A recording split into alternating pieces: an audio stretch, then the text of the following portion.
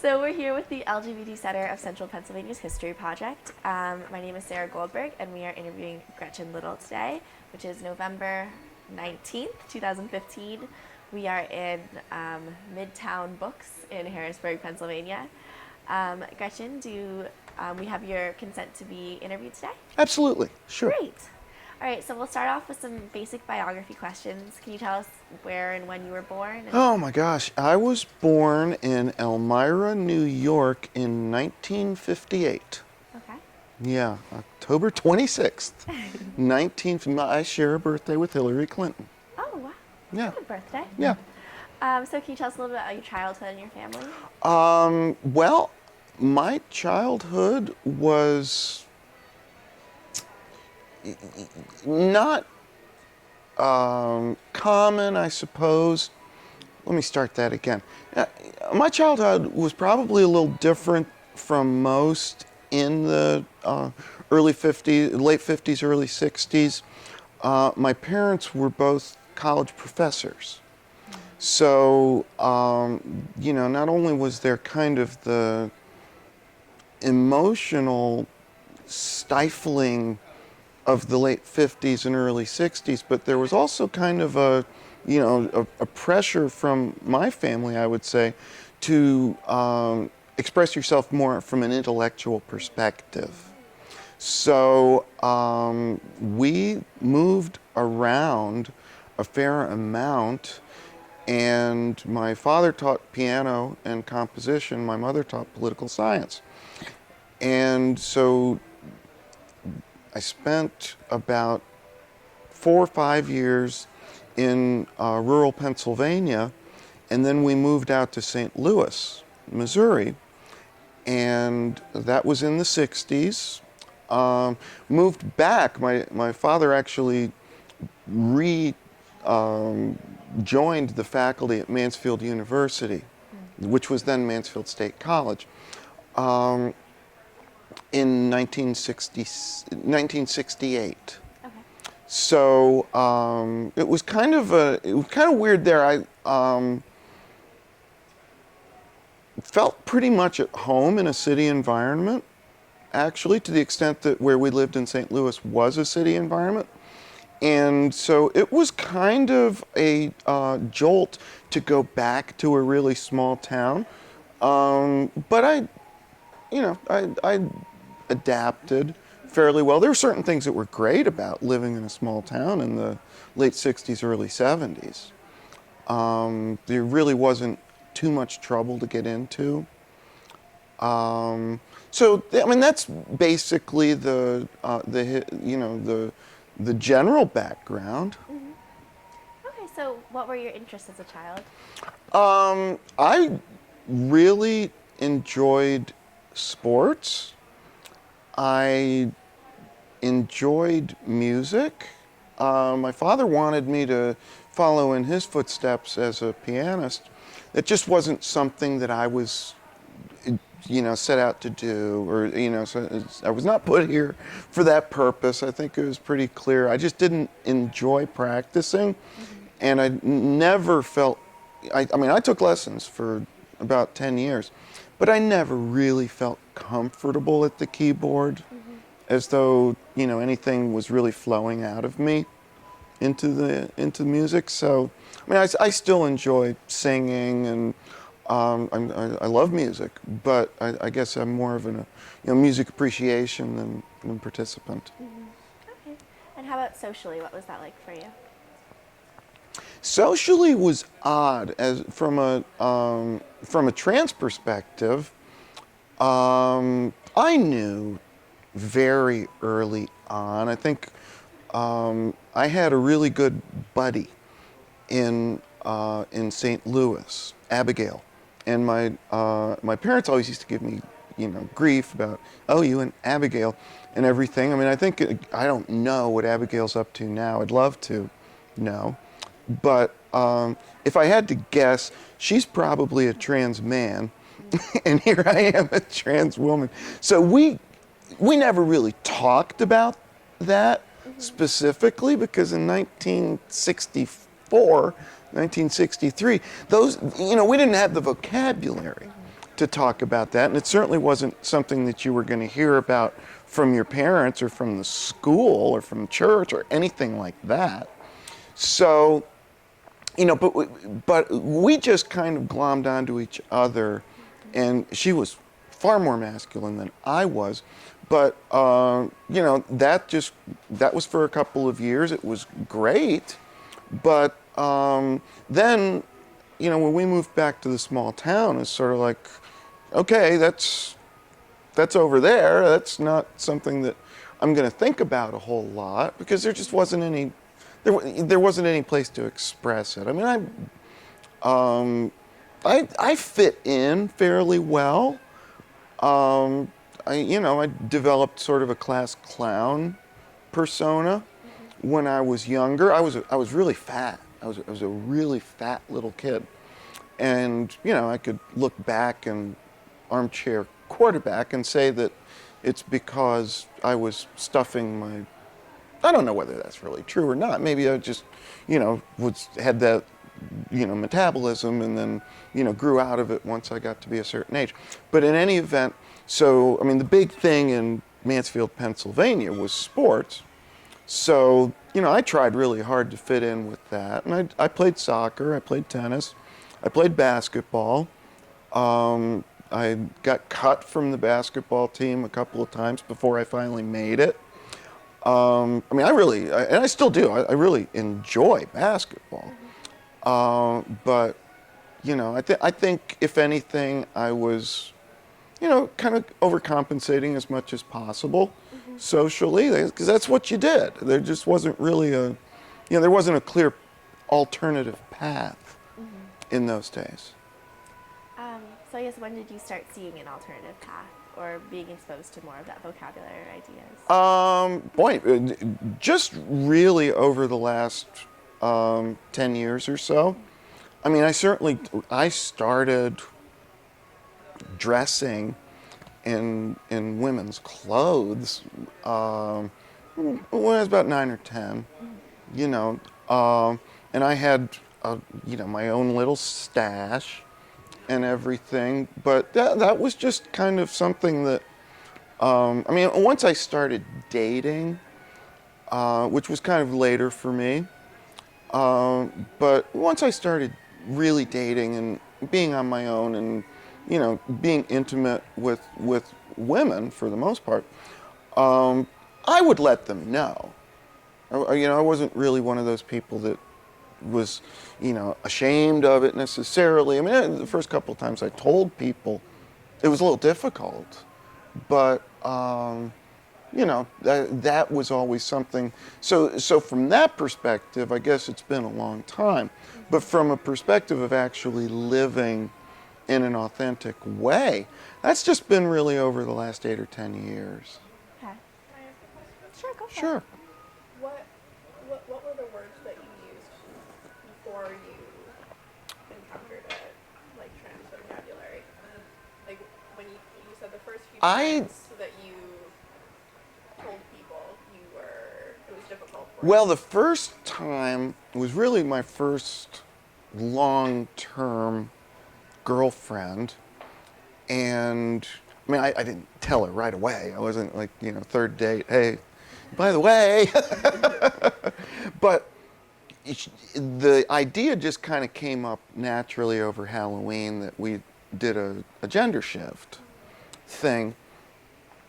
And so, a couple of days later, we were, and I kind of said, listen, there's something you really need to know. And when we did that, that's, that's something I've been doing for a long time. And I didn't use the word cross-dress. I don't honestly remember specifically.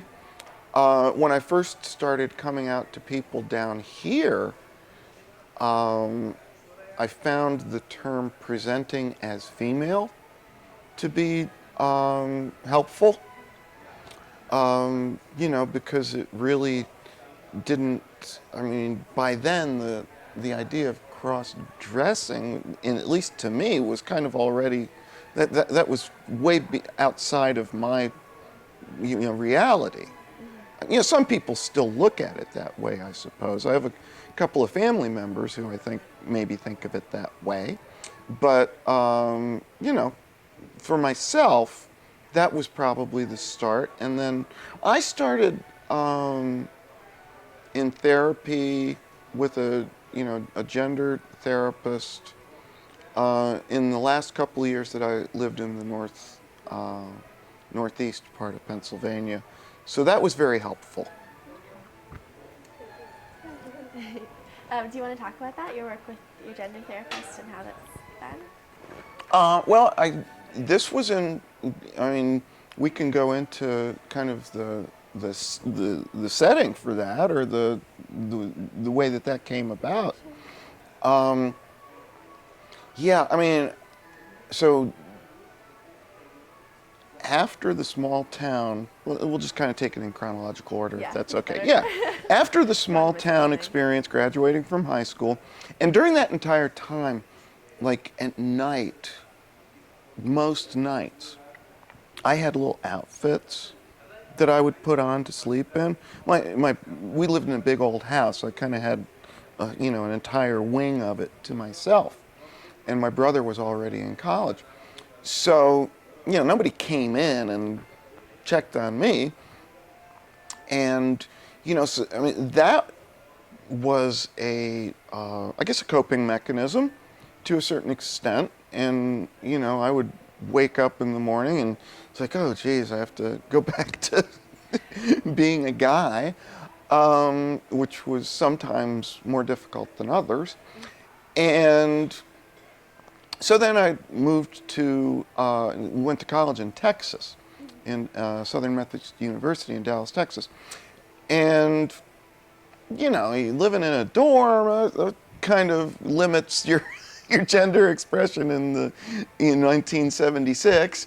So it's kind of away from thinking about things for a couple of years. But when I knew just from my dealings with women that it just I felt more comfortable in a friendship role a lot of times, and was very I don't like the word aggressive, but just very not. I was never the one in a relationship to move things along, and so I always felt a lot more passive, and that felt comfortable for me.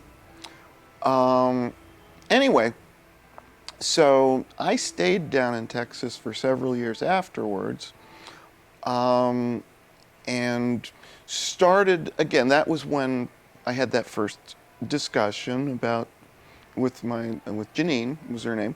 Anyway, that relationship didn't last. I don't know that there were a lot of factors. We were in our 20s. What do you do? So then finally, I kind of hit a dead end in Texas, and I went to law school. I went to law school in Pittsburgh, at the University of Pittsburgh. And, during that time, I guess I had things pretty well stuffed away. I mean, there were, a couple of occasions where I felt the urge to, find some clothes and put them on and stuff. But, law school is a pretty harrowing experience, and it'll turn you inside out psychologically. And I think it did that to me. I wasn't particularly happy during a lot of that time, but, I self-medicated with alcohol when I wasn't studying, and that seemed to work okay. And then I ended up moving back. It was a kind of a perfect storm of stuff. My last year in law school, I really liked Pittsburgh, and I was thinking that I would probably want to stay there, but had some family things, and my dad died. My mother kind of needed somebody a little closer with her, and jobs were tough that year. And so I actually got a job clerking for a judge in the county next to where I had graduated from high school. Oh. So, and I went from clerking for a judge to being an assistant district attorney. And then the district attorney in the county south of there actually resigned during his term. And I was out of law school for like a year and a half, 2 years, was stupid enough to say, oh, I can do that. So I put myself up for the appointment and actually got it. Wow. And became the DA, and then was elected to 3 subsequent terms. Now, this was a very small county, and it was pretty conservative.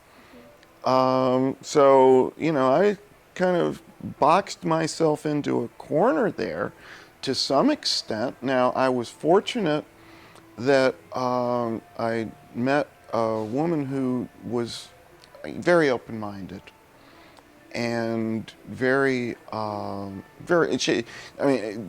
she was actually a counselor at the Women's Center. That's how we met, because, of course, I was prosecuting criminal cases, and she was an advocate for survivors. So, that was, we really meshed for a long time as far as that went. And she's, I was able to open up with her, and I don't know that she understood I don't know that I understood everything at that point. But, we had we were together for almost 12 years. So, we had a good relationship, and she certainly wanted nothing but the best for me. But as far as me presenting as female in private, she had no problem with that. And, it was not I think she enjoyed it some too. But, when push came to shove, I think she really wanted a male figure in her life, which is totally understandable. And I was not really sure at that point where I was headed. We'll move the microphone for a second. Hopefully you heard it. Yeah. Okay. And it was about that time that I realized that I really needed some help.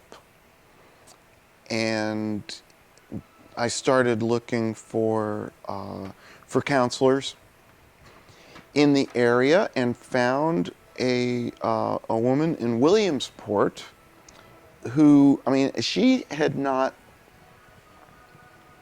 counseled many trans people, but she came fairly well recommended from what I could tell in my research. And she took it on and did a very good job with me in the early going. I was definitely ready, like I said, to get into the whys and the hows and the, where from here. At this point, are you still the DA? Yes. Okay. Yes. So, obviously that was my first question is, this is all confidential, right? Because, that's never real. I think there's a picture out there somewhere, again, on a Halloween thing, where I went to one of the bars, dressed as a woman. But, that was, whether people thought something, I don't know. Because like, Linda and I were together for 12 years there. We never married. There were, a couple of reasons for that may or may not have had to do with me being trans. But in any event, I've maintained friendships with some. I'm actually going up there tomorrow as a guy to help them with a big event, and I MC stuff. I'm just good at that, and they don't have a lot of people up there who can do that, so I'm gonna do that for them. So yeah, I started into the therapy then. I think really my counselor and I kind of learned from each other, because as I said, I was up front with her from the very start, as far as, here's why I'm here. This is, I mean, I know enough to know that, in a perfect world, I'd ditch the guy. But, it's not a perfect world. What do we do? And then, we made some good progress. And, one of the things I realized is I just had to get out of living in such a small area. I mean, there were certain things that were very nice about it. I lived in the woods. I had a nice little cabin. And where is this? Sorry? Sullivan County, Okay. LaPorte, Eaglesmere. Eaglesmere is a beautiful resort community that a lot of people from the major cities in the Northeast have been going to for years. It was a big deal before air conditioning, is what some of the people say, because it's up like 2,400 feet above sea level. So it's really in the mountains, and there's a beautiful natural lake that's spring fed, and no motorboats, just sailboats and kayaks and rowboats and stuff like that. It's cool. And there are pockets of acceptableness there too. It's funny. I always joked with people. It's like, heaven help a gay man in Sullivan County, but for some reason there seem to be a lot of gay women. And the mayor of one of the towns is an out lesbian, and has been for a long, long time. And I don't know whether people just kind of ignore it or kind of file it away or something, or whether, but in any event. So, through therapy and through, my own realizations, I knew I had to get to a larger area. And so a job came up with the Pennsylvania District Attorneys Association. They needed a resource prosecutor in the area of traffic safety. Okay, and impaired driving, homicide by vehicle, those types of, they're very difficult cases. They're actually very complex. And with 16 years experience as a DA, I had done a lot of those cases, and I felt pretty comfortable from the subject matter background. And I was kind of, my family history of education, I was going to be doing a lot of trainings and, for police and prosecutors, and serving as a resource. And I figured that was something that I would enjoy doing. Plus, it would get me to Harrisburg, which, believe it or not, to me, was moving to the big city. So, and I applied for the job, and I got it, and moved down here. And, in the course of my looking into what was what in Harrisburg, of course, I found Trans Central PA, and, went to a meeting as soon as I could. And that's when the vocabulary really started coming into play for me. And, at that point still, I wasn't really convinced one way or another as to what my true identity would be, is progressing however, you want to look at it. But it was certainly helpful to finally have people that understood all of this that I've just explained or talked about, who came from similar backgrounds, and certainly weren't judgmental about it, and had a lot more to to add, and then I started seeing Amy Kiesling here, who, and she and I are, have maintained a, therapist-patient relationship, although we kind of are on a as-needed basis now. I don't go all the time. Don't always schedule appointments. It's kind of when I feel it's necessary, or, something big happens that I, want to make sure I, am processing it effectively. Mm-hmm. So, yeah. Okay. So what year was it that you moved to Harrisburg? 2008. 2008. Okay. Yeah. So, can you tell us a little bit about Trans Central PA and the kind of work that they do? When I first went to a meeting, honestly, I had only been out in public like maybe 2 or 3 times. It was only when I had traveled pretty far away. I think like, was in San Francisco, London, Philly a couple of times. So, and some of those were specific events that were more social, and that was sort of what I expected Trans Central to be. I didn't realize at the time that it was more of a resource and advocacy organization. And at first, I was kind of like, ooh, I was just kind of hoping to get pretty and hang out with people, go, be disruptive. But after going to a couple of meetings, I really started to appreciate the work that they were doing. And so I ended up actually being an officer for a couple of years. We were I was involved as an officer when we made the initial decision to start doing the Keystone Conference, which has just blossomed into one of the major gender conferences worldwide now.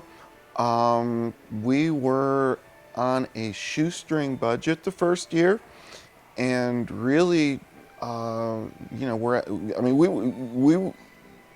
kind of figured that we were either going to bankrupt ourselves putting on Keystone, or it was going to work.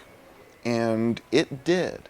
And that was probably, for me, the most empowering experience I had ever had as a trans person.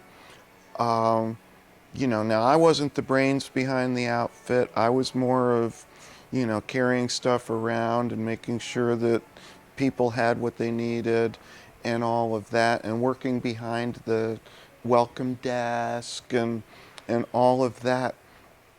But it just went so well. And the people who came I think the first year we had like 125 or 150 attendees. Now we're up in the 600, 700 range. We're actually at the point now where we sell out the hotel, the host hotel, and have to look at booking alternate lodging for some of our attendees. Yeah, it's been amazing. It's been amazing. And of course, Janine Rusum was the president at the time, and she had the contacts in the trans community, the Mara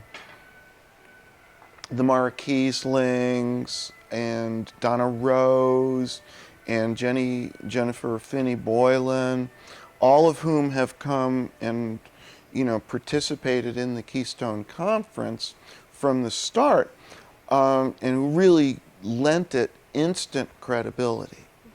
And a lot of surgeons have underwritten, a lot of doctors, a lot of therapists, and plus the very important image consultants and makeup people and vendors for hair and stuff like that. Now, we have always made the effort to include trans men every bit as much as trans women. It seems as though we've been kind of relegated to more of a trans women's group, although we do have trans men's get-togethers and classes at the Keystone Conference. But in any event, yeah, as far as Trans Central goes, that was within the, I guess those would be my first, really 3 most empowering experiences that came from being involved with Trans Central. the Keystone Conference and helping make that a success, marching in my first Pride Parade, which was huge. I just, tear up if I start thinking about it too much. But, because this was at a time I was still not out to people at work, certainly wasn't out to anybody from where I used to live. And, Harrisburg's a, larger city than I was used to living in, but it's also, the political center of Pennsylvania. And I was involved in politics. I was an elected DA, so I know judges, I know Supreme Court justices, I know the Attorney General, I know, all these on a first name basis kind of thing. So, I was in the back of my mind going, oh my God, all it's going to take is one person to see me and they're going to, poof, whatever. But that Pride Parade was really important. The other thing that was a real milestone was when we obtained 501c3 status for Trans Central PA. And that happened within the first couple of years of my being involved. And I helped Janine with that, and what a big deal. And that's continued to pay dividends, obviously, as we, now are able to, accept donations on a tax-free basis. And, with organizing something like the Keystone Conference, very helpful. So, yeah. So have you found sort of a more social community in Harrisburg as well? I have, and interestingly enough, it's been through roller derby. So, yeah. And my derby friends are all totally accepting, welcoming. I announce for Harrisburg area roller derby. I announce for a couple of the other women's leagues in the area also. They all know, the guy still does some of the announcing, which, I should probably say that at some point. We can talk about it. But yeah, from a social perspective, I think the derby world has really, good friends. We, very accepting and fun.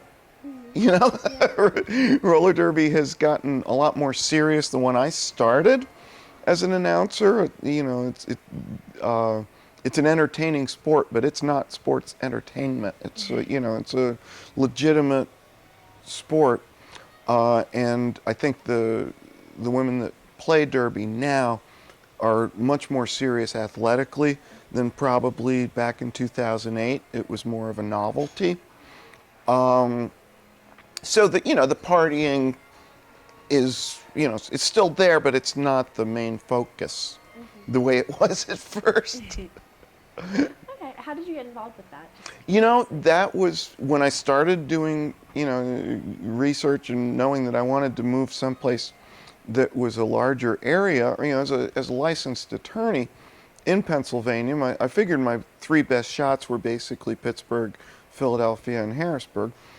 And so, and as I started looking into what the cities had to offer, I realized, because, I was in the sticks. I hadn't yet heard about the revival of women's flat track roller derby. But, in my research, I saw that, this is going on. This looks really cool. And I saw that all these cities had leagues, and just kind of, filed that away. Then when I moved down to Harrisburg, I saw that there was a bout, and it's like, I gotta go. I loved it. I loved it from the start. The strong female energy, the creativity, I just loved everything about it. And so, I came back to work the next day, and at the DA's Association, we eat lunch at our conference room, and I had the program with me. I said, I just had a life-changing experience last night. I put the program down on the table, So I went to the next game that was, and I took a couple of my friends. When I was, you know, before going to law school and after, actually, I worked in radio. I did play-by-play for basketball and Yeah. football and stuff like that.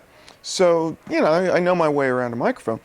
Um, Anyway, I go to the next game, and I took a couple of friends this time, and the woman who's announcing says, "Is anybody interested in being the announcer, because I can't do it anymore?" And, they're like, "Come on, come on, come on." And I'm like, "All right." So I went up and talked with her for a little bit and ended up announcing with her that game. And the rest is history, as they say. Yeah, Very cool. yeah. Okay, so how have you sort of dealt with sort of your public life as a DA and professional life, and sort of dealing with being trans, being Well, visible? it just kind of happened organically. I got to be a lot more comfortable. Harrisburg is a city in Pennsylvania that does have an anti-discrimination ordinance. And, I talked it over with a lot of people and realized that, the DA's Association, while it certainly is a political and fairly conservative group as a whole, was also not in a position to make a fuss, if you will, or to take issue with my gender presentation and my gender identity. And I think once I kind of internalized that, I shared with some of my coworkers, and one of actually it was at a Keystone conference where the Attorney General's office had a meeting with their detectives a couple of nights before Keystone. So I'm over at the Keystone conference with some of my friends, and one of the detectives, and I think I remember seeing him out of the corner of my eye, whatever. In any case, he went back and, kind of mentioned to a couple, the word got out. And one of the friends who I had shared with, had my back and told me about it. I said, "Oh, I think they're talking," and so I approached the people that I felt as though I needed to approach at that point, who were part of the conversation that was described to me, and just said, "Yeah, I consider myself a trans woman. I don't always present. I'm not full time, but the male presentation is kind of more of convenience than it is of true identity." And it was fairly well received, actually. I mean, not everybody gets it, and I understand that. I mean, I'm a trained attorney, so I'm used to looking at things from both sides and trying to, understand the arguments, pro and con. So, there's some people who I've worked with who, are very, very polite, but they were, not really accepting, which is, and that's cool. I understand that. It's not really, that's, we all have our blind spots. I guess I could call it that, but, they wouldn't necessarily call it that. And, I don't have the monopoly on being right. So anyway, now I recently retired, semi-retired from the DA's Association, which has led to my certainly being a lot more free. to present as I choose. I still am not in a full-time basis, but a lot closer. I actually had a wonderful experience over the summer where my coworkers who knew suggested put it in my ear, and they weren't trying to talk me into it or out of it, but they said, this is going to be your last summer banquet with the association unless you come, decide to come. You should think about coming as Gretchen. And so I thought about it and kind of said, really, back and forth. In any case, I said, well, I'll pack for both, and we'll see how it goes. Because in any case, that's the end of our summer meetings, is this big banquet and everything. And the president from one year to the next is installed at this banquet, okay? And this was in 2005 or 2015 was the year when the first female president of the Pennsylvania District Attorneys Association was going to be installed. And I've known Risa for 20 years. She is, very deserving of that honor, and it is a big honor because the DA's Association in Pennsylvania has been in in existence over 100 years, and there's a wall of presidents on which is like the old white guys Hall of Fame, and so it's a big deal. It's a huge deal that Risa was going to be our first female president. And, it kind of hit me that if, I'd better talk to her before going any further, because I wouldn't want her to feel as though, I was trying to, horn in on her night, or, because her daughter was coming, or, a lot of things were there. So I talked with her the first opportunity that I had at the meeting, and explained to her the situation, and she couldn't have been more welcoming and gracious, and said, "Oh, you have to." And she's like, "Well, what are you going to wear?" Because she's very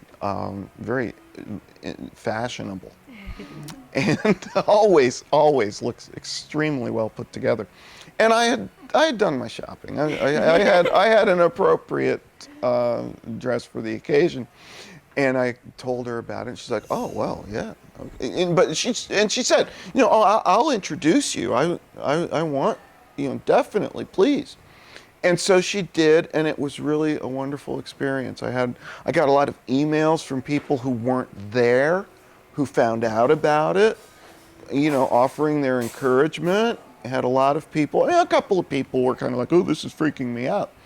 But overwhelmingly, people were very supportive and went out of their way to come over and wish me well and everything. So that was really, I'm glad I did that. I think it sort of put it put the entire thing into perspective, I think, for them and for me, which was, very nice, very nice. So I was very thankful for that opportunity. That's great. Yeah. So how about with your family or friends from Sullivan County? Well, I don't think too many friends from Sullivan County really know much. Okay. I just haven't gone there. I think it's best for them to find out and ask me. Mm-hmm. Maybe that's wrong, but I don't plan on, like I said, other than going up tomorrow and helping them with this event, and there's another event that I announced for, we don't really stay in touch that much. It's not I mean, it was a part of my life, and I love those people. But it's kind of a need to know thing. I don't know that, it hasn't come up. Let's put it that way. If it does, I'll deal with it. I'm not looking at, retiring up there. If I decide to relocate again, it's going to be somewhere where the weather is a whole lot nicer. So yeah. So there. Actually, some of my high school classmates are on board completely, which is nice. I'm actually going to see one of them in a couple of weeks. Now, that's not everybody, and that's not all the friends that I had, but, I think, I've got a 40-year high school reunion coming up next year. And I would have to guess that Gretchen's going to be going to that, and hey, it'll be a good time. I'll have enough people in my corner for that already that it's not going to be that big an issue. And I can't imagine it would be that big an issue anyway. What do people care? When it gets right down to it, it's not like, as far as family, my dad passed away when I was a lot younger. I think he would have been okay. My mother, I just never really got there with her. She was questioning, she never questioned me about like I was presenting as male when I would visit her and stuff like that. But, like my arms are shaved, my legs are shaved, all those kinds of things. And, she noticed that. She didn't ask me about it. Of course, she asked my brother. And, his response was, well, you'll have to ask him. So he knew. He's been completely supportive. He doesn't always understand everything, but yeah, he's in the academic world. He's a professor, so certainly has kept up with the the human rights strides that we've made over the last several years. I have a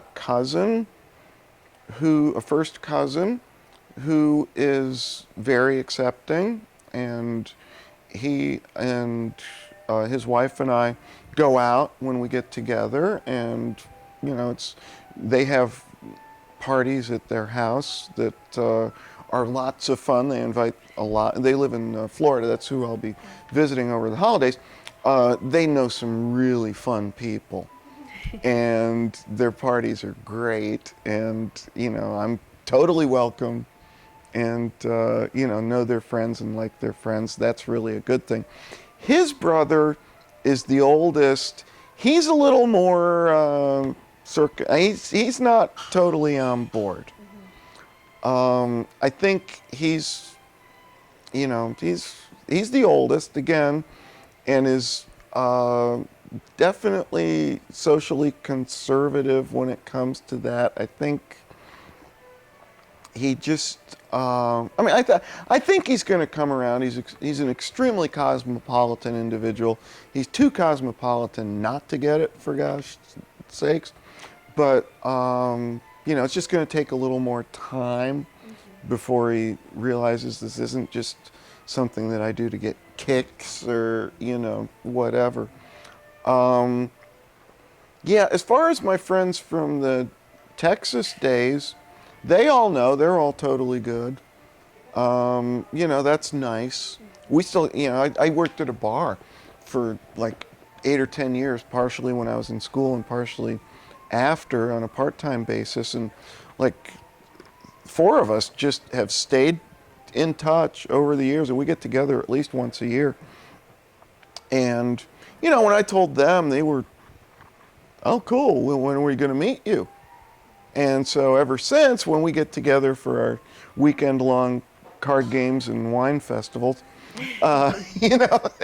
it's just totally great. It's really nice to, and of course, my friend Roy, who he and I worked together in the kitchen at this bar for many, many night shifts and had some crazy experiences that we won't go into.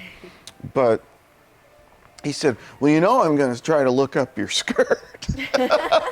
I said, go for it, Roy. Whatever floats your boat. So, yeah. So, I mean, it's kind of as far as the future, honestly, I haven't decided completely whether to take the legal steps necessary to change my name. And again, that's one of the reasons that I'm taking this sabbatical and my semi-retirement, is to kind of figure that out. And I know, some trans people see, transitioning in place in whatever job they hold as the best approach. And I'm sure I could have done that, but I just didn't really see that as what was, what I wanted to do. Because, I mean, I basically have done the law, the prosecutor thing. It's my, whatever career steps I take in the future, they may or may not involve law, but, I think I want to move in other areas. So for me, over these next couple of years, I need to find out just how comfortable I am on a daily basis and whether I want to go through the physical steps that you simply have to go through. I mean, you don't have to, but, I don't want to be an eyesore. I'm vain. I'm in the process of having my beard removed through electrolysis, and that takes a long time, and it's a pain in the neck, literally. And all those other things that you have to do, let alone any, major confirmation surgeries. But so, we'll figure it out. If there's a, if there's a, a complete legal change, then so be it. If there's not, well, I mean, we'll see. That way too. I don't have anything against the guy. He was a very good person, and still is. But so yeah, that's kind of, I'm taking it one step at a time. And that's kind of where I see it. Okay. Yeah. So have you, I guess, seen the trans community around here change while you've been here, or just even more nationally, broadly? How have you seen changes in what people talk about? Well, we're really in a media cycle as far as trans issues right now, for a number of reasons. And so that is, that's hard to miss for obvious, I see more acceptance. I see more conversation, which is a good thing. Even people who think they hate you, if you get them talking about it, at least it's in their minds. And maybe that's the first step towards, rethinking.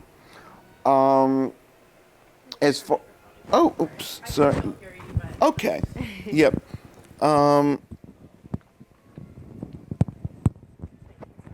Sure, not a problem. Trans Central has become a really integral part of the entire LGBTQIA plus community in central Pennsylvania. I mean, it never wasn't. I don't want to say that, but I think, through the leadership of Janine and now Joanne Carroll, who's taken over as president, it's the group has really stepped up and become an important, vital part of the greater efforts, and I think that's great, and I think that the community sees us more clearly and respects and seeks out our viewpoints and see, because I mean, like I said, the fact that we have grown the Keystone Conference from sort of a regional niche 2-day conference to one of the premier 4-day, 5-day major heavy hitter conferences in the world in 5 or 6 years is a big deal. Is a big deal. Last year, our keynote speaker was Nicole Maines from up in Maine. We have really asserted ourselves, I think, and that's a really good thing. So I feel more and more comfortable personally, and also I'm not as involved with Trans Central as I was. That may change now that I'm not working. It may not. I don't know. A year from now, I may decide that I want to move somewhere else. That's all on the table. But as far as I think the trans community is extremely well represented here, and I know from talking with people in several larger cities that there are a lot of larger cities that have nothing of the concentrated and Trans Central has the ear of a lot of the people in Harrisburg, which is a good thing. Mm-hmm. Yeah. So what are some of the political objectives of the organization now? What are you working on specifically?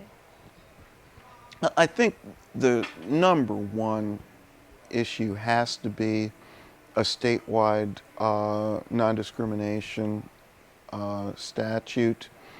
There's so many issues in Harrisburg right now that are kind of derailing a lot of other legislative work.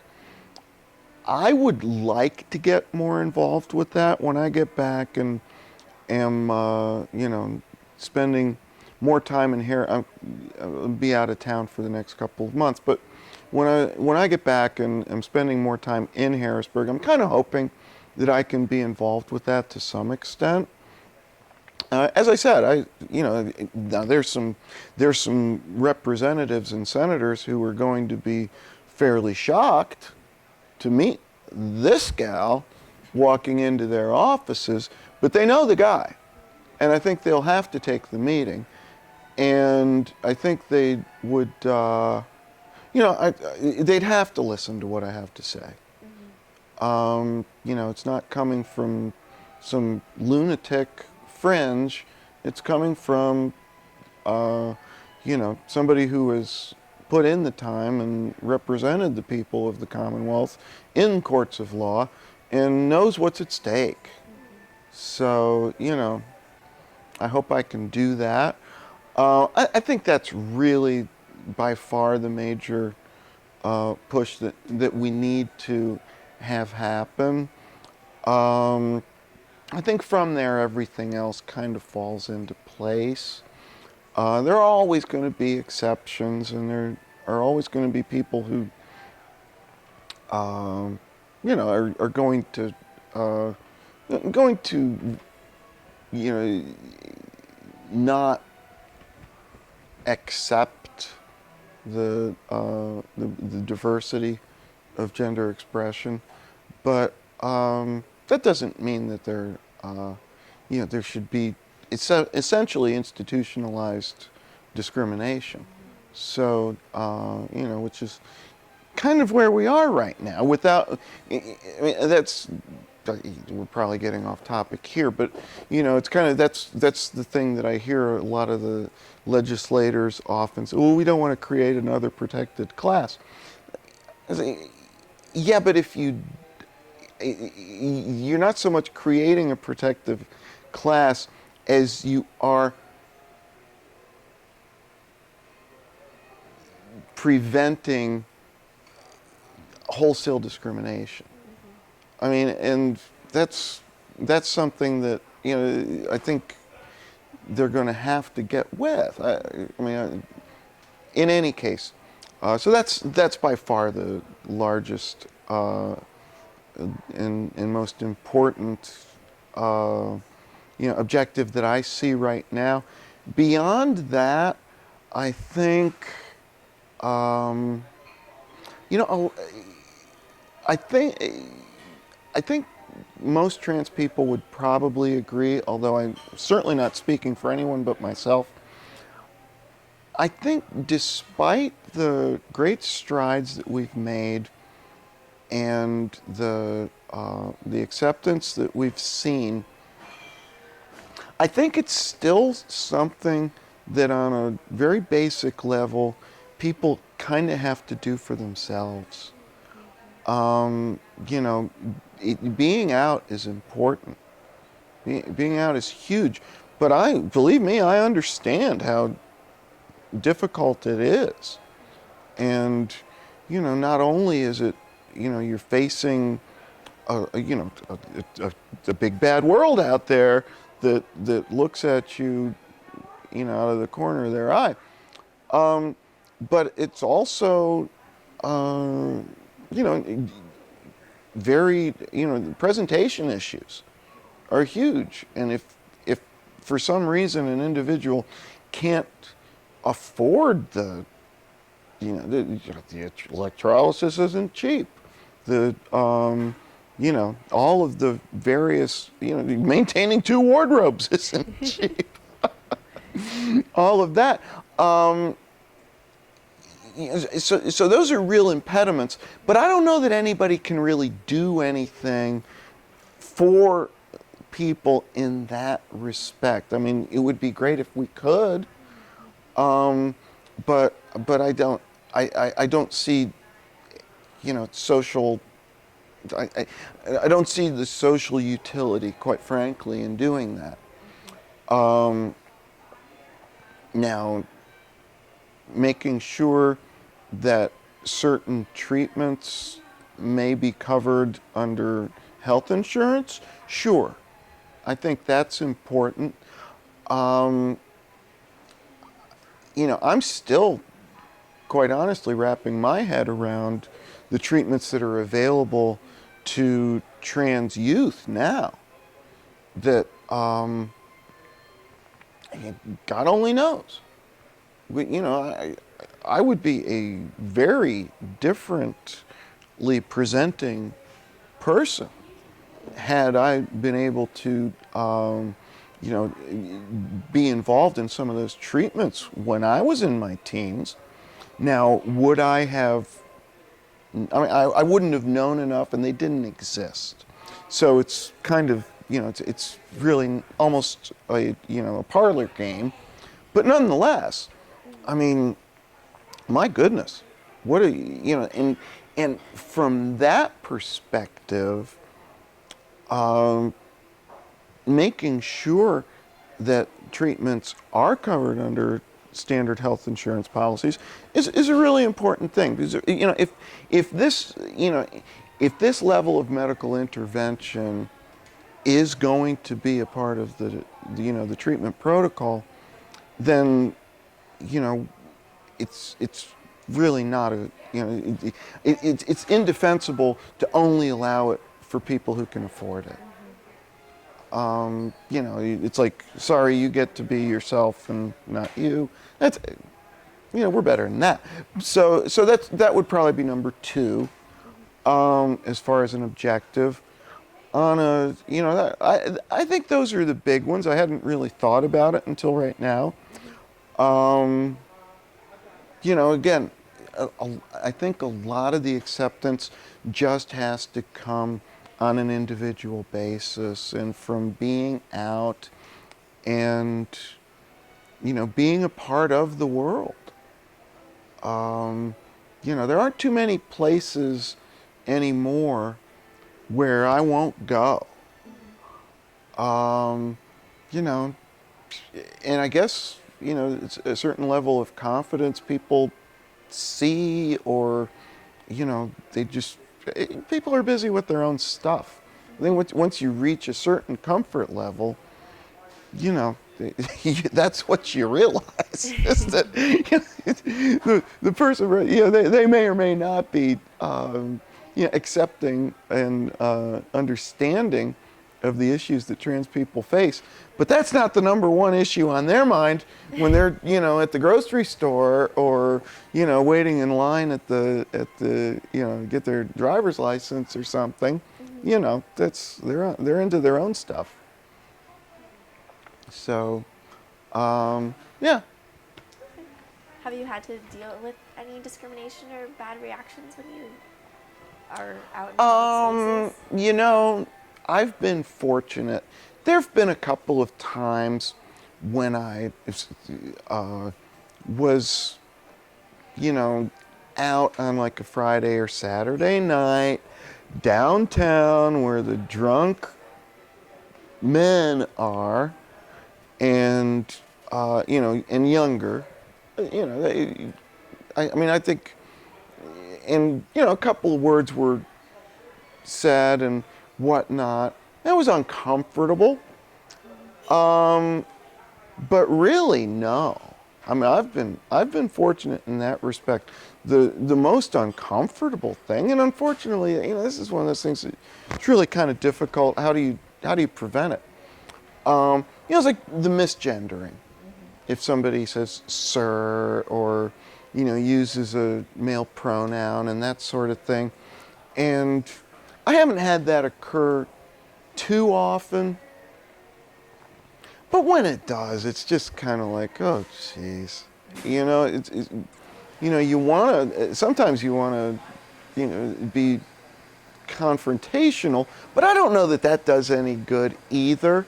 You try to get your point. One time I was waiting for a coffee, and I wasn't really dressed in any overtly feminine way because I was getting ready to go to a yoga class, and so but I was presenting as female, and so I'm waiting at a cafe, and sir, your coffee's ready.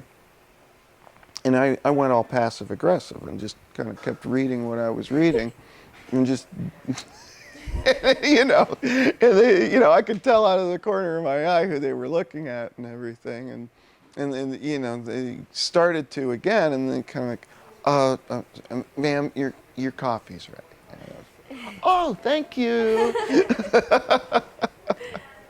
So there are ways to deal with that, and I am a believer. I'm not a extremely confrontational person, so sometimes you just have to take it and move on. A lot of at one of my yoga classes recently, one of the gals who is really, we're yoga pals, and she's a The battery's about to die. Oh, so okay. I just want to stop you for a second so that I can get all of it and then put the new battery pack in. If that's Okay. I'm so sorry. Keep Not a problem. Keep your Okay. Good? Yeah. Okay, so So yeah, I was at one of my yoga classes, and I actually recently had some surgery, and it's been great. I'll show you afterwards if you want to see. But yeah, it was a fat transfer surgery where I had fat lipoed from my belly and my back and put into my hips and my butt. And I don't know that it makes the difference as far as but it certainly helps with my confidence. And so since then, I've been going to yoga exclusively as Gretchen. I had before, but not always. And so, and one of my pals from several classes came up to me, and because I know she felt bad, she referred to me by my male name a couple of times and everything. And she's like, listen, I'm just going to be straight with you. I completely accept you, and I have no, but it's just going to be very difficult for me. I think of you as him. So if I don't, please don't take offense. It's just, I'm trying. Which, that's all people can do. And I told her, hey, my brother does that.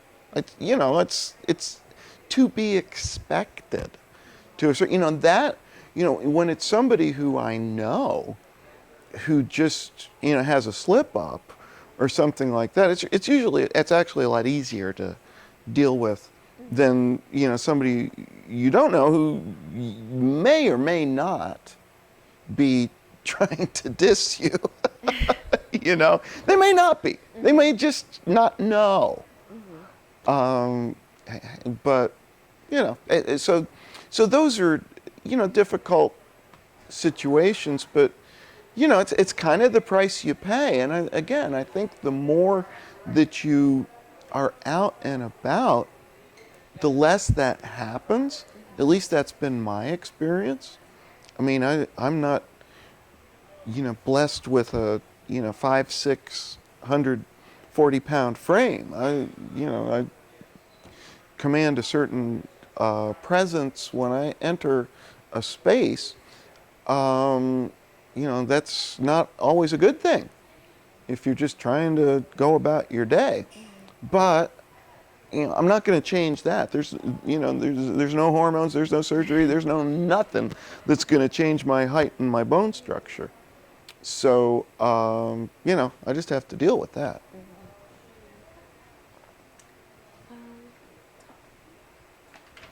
Let's see. We never really talked about your religious affiliation. I don't know if you currently have one or grew up with That's something. interesting. One of the jobs that I had out of college before I went to law school, actually, is I worked for a very large church. I actually studied media arts in college, and so this was a very large Methodist church, like 8,000 members in Dallas, and so I was their media person. And during that period of my life, was exposed to a lot of religion. Prior to that, I was an Episcopalian. And I was, I did we didn't call them altar boys, we called them acolytes. So I was an acolyte when I was in high school for a while. I've had prayers answered. I don't have any particular religious affiliation right now. I like to think that, despite, some of the chatter in my mind that's not always, the most, we all have negative talk in our mind. And sometimes some of my negative talk is outer directed. I wish it weren't, but sometimes it is. I like to think that despite that, I try to live a righteous life. So from a religious perspective, I feel like, you know, whomever is good with me being who I am. I certainly don't have any uh, qualms, about my status in, the spiritual world. If anything, I think, personally, my status in the spiritual world is probably increased as a result of a, more authentic presentation, or at least a more interesting presentation. I don't know. Yeah, so I guess, I've kind of gotten away from the organized religion thing. I, I don't know that Christianity is necessarily where I am, um, but I do believe in karma. I believe in good works, um, and I have had prayers answered. I do know what that feels like, and it's pretty awesome. Mm. So. Anything you want to ask? Well, I don't know if you want to. I don't know if it's too personal. If you want to talk about it, but you mentioned past relationships that you've had with women. Do you have any current relationships that you're in? Do you identify? Um, how else maybe do you identify within the LGBTQ spectrum? Yeah, I've kind of opened up over the last couple of years, and it's difficult. It's for somebody as I don't know what one way of saying it would be committed to a at least a dual gender existence, if not a transgender. I guess they're both the same thing. But so it's that limits your social opportunities from a relationship perspective, unfortunately. But then again, if you're going to be, what's the point in at my age? I'm almost 60 years old. Why be in a relationship if I'm not going to be who I am? Right. So I have dated women. I've dated men. I'm open to most, experiences out there, I suppose. At this point, I guess, pansexual is a thing. That I just got a round of applause for There you that. go. They That's a approve. good thing. Yeah. Yeah. So, yeah, as far as moving forward, I don't know. I don't know, and that's something I've gone into pretty deeply in therapy, and I really don't. I mean, I think I could be perfectly happy in a relatively open kind of relationship situation with just several good friends. I don't, I mean, you get to a certain point, and the biological imperative may still be there, but it's not there to the extent that it is when you're a younger person, at least not for me. And so that's kind of nice because it opens up a lot more possibilities of friendship and companionship, really. So as long as those, and I don't know that it's that I'm headed in into a committed two-person type of relationship as I get older. I'm never going to say no, but I'd be surprised, quite frankly, at this point. Yeah. Yeah. you had any, I guess, important events or turning points in your life that we haven't already covered? I just want to make sure we don't Um, I think those are the big ones. Um, yeah. Yeah, I think those are the big ones, really, as far as, yeah, it's been boy, you can compress a lifetime into a very short period of time sometimes. So, and some of the biggest moments you don't realize at the time either. I traveled a fair amount when I worked for the Methodist Church. That was a great experience. They sponsored these work trips. They were sort of like short-term missionary work in a variety of places. And I went along and documented those, and that was very cool. Where did That you go? Went to Kenya, went to Haiti, several places in the West Indies, and yeah, Wow. yeah. So, and actually, kind of came out even though I was not during one of those trips. It was the first time I ever saw the Southern Cross.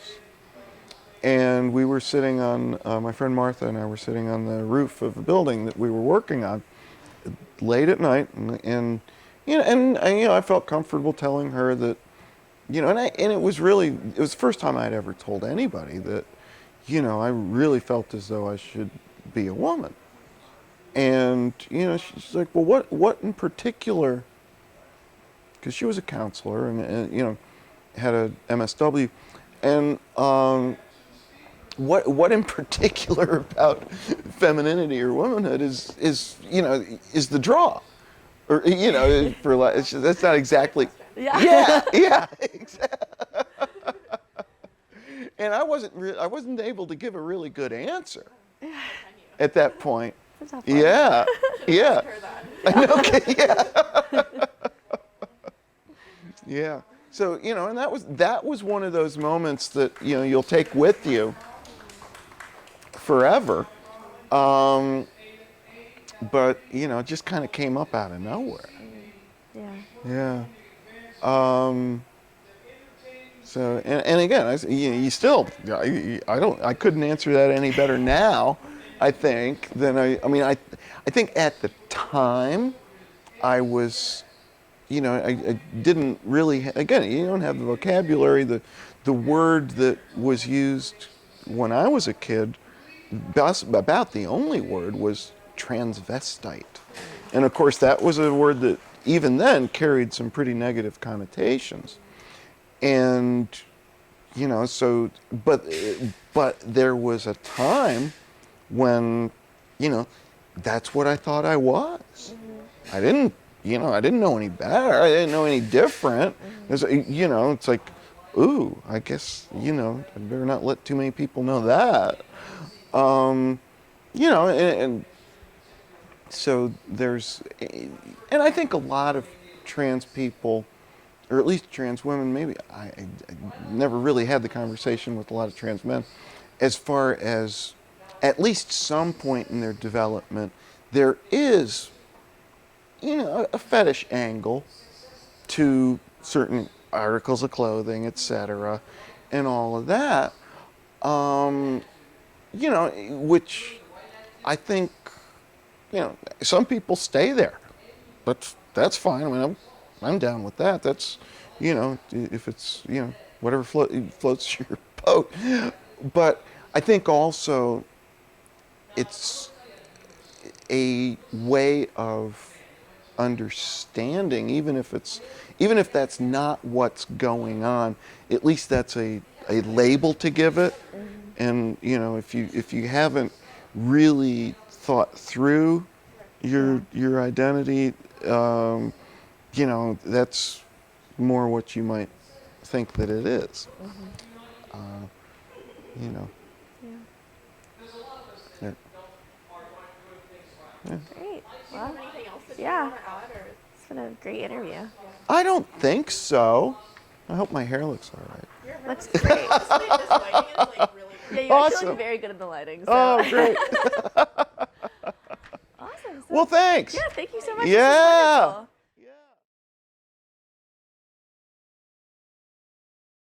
All right, so we're back. I feel like over the TV After a show. commercial pause. So go ahead. Continue. Okay. I think at some point in every budding trans person's path, they need to choose a name. And that's something that, some people just take a masculine or feminine version of their given name.